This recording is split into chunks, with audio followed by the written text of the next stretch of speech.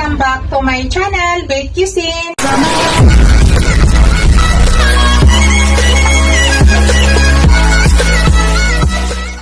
Hello guys, today's video, magluluto tayo ng gulay. Gulay lang talaga guys, walang halong meat. Pure na gulay lang. Yan guys, maglagay tayo ng tomato, onion and garlic. Tapos cabbage, yan. Carrots, chicharo, bell pepper. Ito pa yung mailagay natin mga panglasa guys. Yan, maglagay tayo ng ground black pepper. Yan, maglagay tayo ng seasoning, liquid seasoning. Lagay tayo ng oyster sauce at saka patis. Yan po yung mga ingredients nga ilalagay natin guys sa ating gulay. Tara guys, start na tayo pagluto. Pakita ko sa inyo. Hello guys, start na tayo pagluto guys. Luto na tayo ng gulay.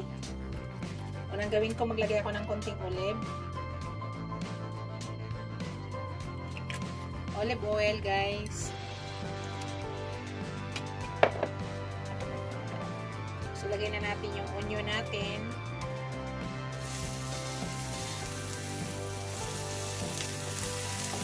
Napakabilis ng lutuin ito guys.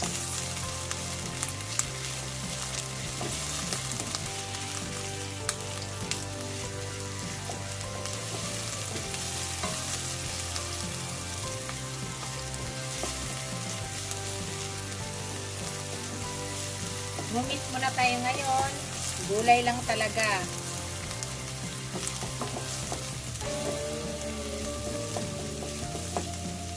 Hintayin lang muna natin yan.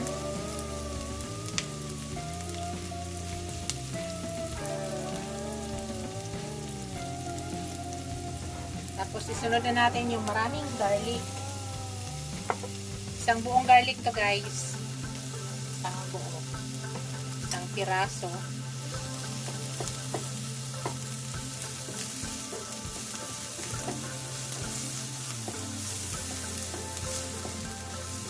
Golden brown muna natin yan. Sunodin natin yung ating tomato.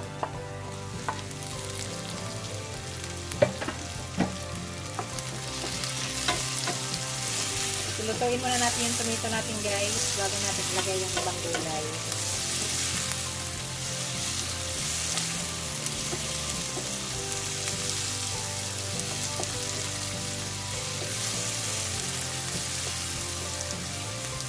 Natin yan. Tapos guys, ilagay na natin yung ating carrots. Carrots muna unahin natin. Kasi matigas to.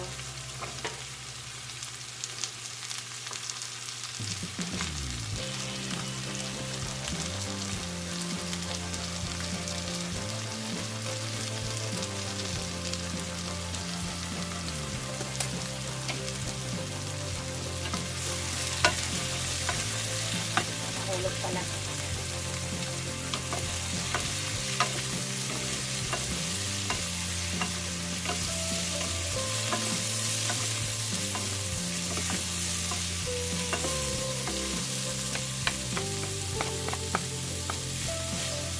Dito guys, habang magpapalambot tayo ng carrots natin, maglagay na tayo ng panglasa.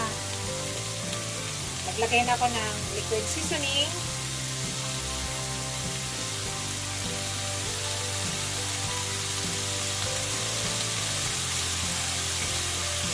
Maglagay na ako ng oyster sauce.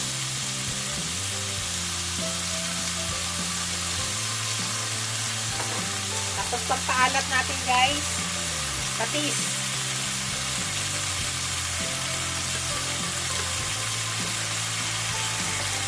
Maglagay na tayo ng ground black pepper.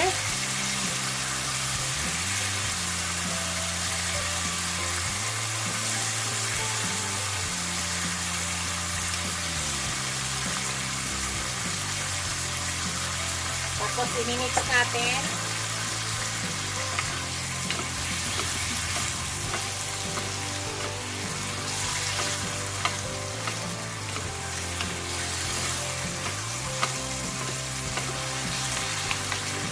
Tapos takpan lang natin guys at medyo pahinaan natin yung apoy para maluto lang yung ating carrots. Yan. Hintayin lang muna natin maluto muna yung carrots tapos maglalagay na tayo ng ibang gulay. I-mix natin guys.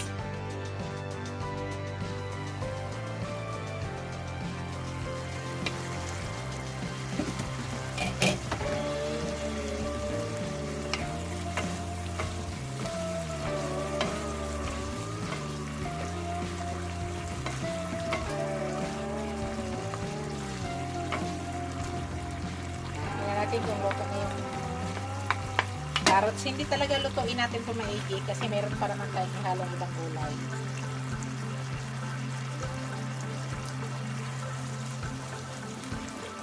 Lagyan na natin yung ibang gulay guys. Ilagay na natin yung ating chicharo at saka bell pepper. Pagsama na natin yan.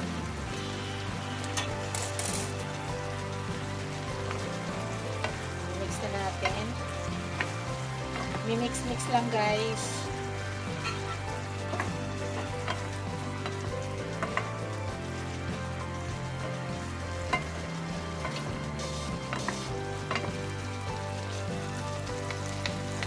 Tapos ilagay na natin yung ating cabbage. Marami to guys. Kailangan kasyahin lang natin. Hindi siya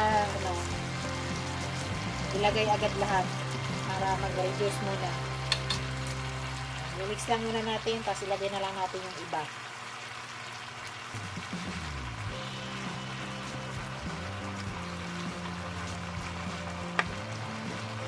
Yan natin yung iba.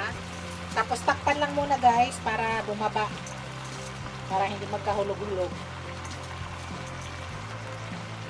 Lahat na yan, andyan na. So takpan lang muna natin para medyo bumaba at hintayin po natin yan bumaba yung ating cabbage para ma-mix na natin. Hintayin lang muna natin yan. Hello guys, titingnan natin guys at i-mix natin.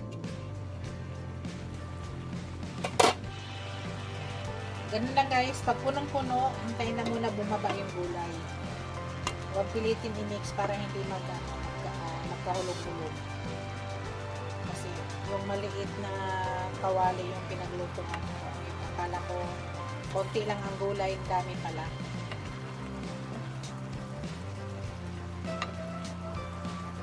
Hindi na kailangan maglagay ng tubig guys ha, kasi ang gulay ay nagtutubig.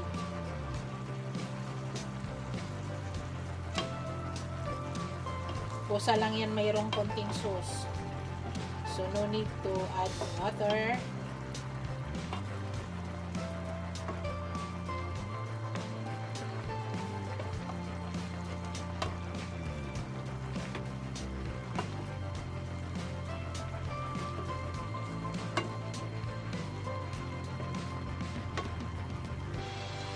Dito guys, mag-add tayo ng seasoning. Maglagay tayo ng konting seasoning.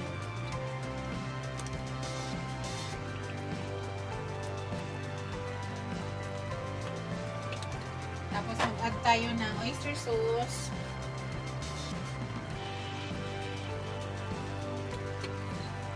Tapos ground black pepper. Final na to guys.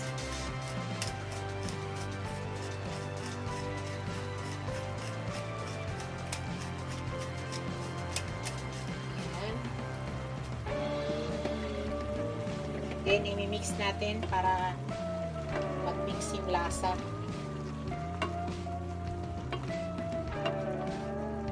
Actually, malapit na to guys. Mas gusto ko kasi sa gulay crunchy. Ayoko ng overcook. Ang niluluto lang man talaga natin dito guys, yung ating carrots. Kasi medyo matigas. Pero yung ibang gulay, saglit lang po yan.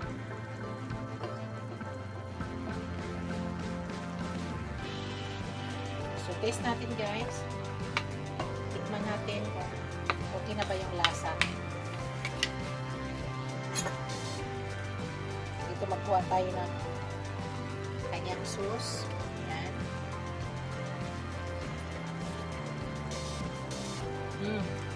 Tamang-tama na guys. Perfect na. So, saglit na lang to guys. Takpan lang muna natin saglit at maya-maya luto na yan. Takpan muna natin. Nakita ko mamaya-maya sa inyo. Tingnan natin ulit guys. At ito'y luto na.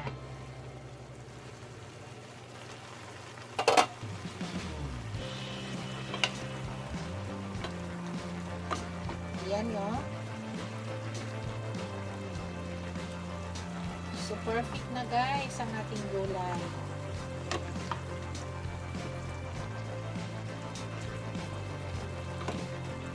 Ayan. Luto na.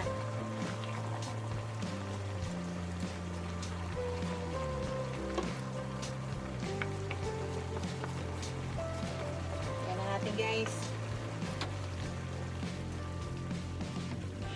Ito na yung ating gulay guys. Thank you for watching. Don't forget to like, comment, share, and subscribe to my channel. See you in my next video guys. God bless us all. Ingat po lahat guys. Bye!